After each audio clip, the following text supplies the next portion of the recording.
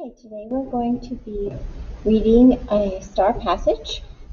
We're going to first read a poem, then we're going to read a narrative, and then we're going to do a paired text comparison.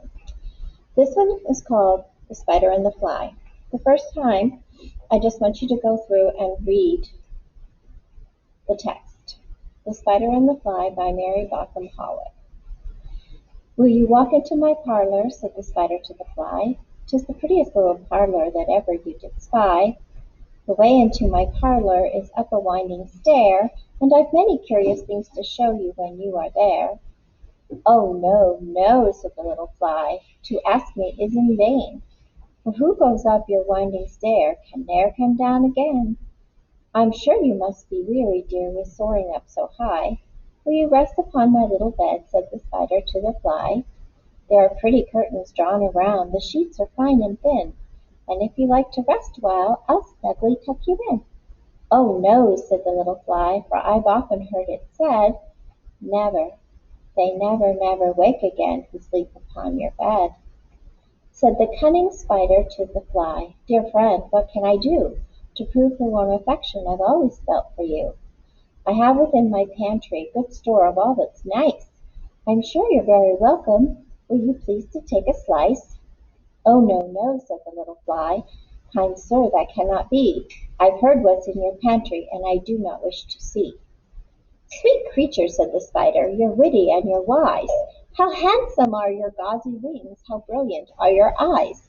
I've a little looking glass upon my parlor shelf. If you'll step in one moment, dear, you shall behold yourself.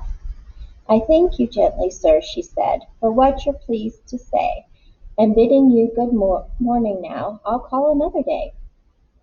The spider turned him around and went into his den, for well he knew the silly fly would soon come back again. So he wove a subtle web in a little corner sly, and set his table ready to dine upon the fly. Then he came out to his door again, and merrily did sing, Come hither, hither, pretty fly, with a pearl and silver wing. Your robes are green and purple, there's a crest upon your head. Your eyes are like the diamond bright, but mine are dull as lead. Alas, alas, how very soon the silly little fly, hearing his wily flattering words, came slowly flitting by. With buzzing wings she hung aloft, then near and nearer drew, thinking only of her brilliant eyes and green and purple hue, thinking only of her crested head. Poor foolish thing! At last up jumped the cunning spider and fiercely held her fast.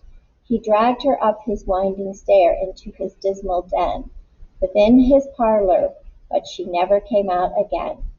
And now, dear little children, who may this story read, to idle, silly, flattering words I pray you ne'er give heed. Unto an evil counsellor close heart and ear and eye. Take a lesson from this of the spider and the fly.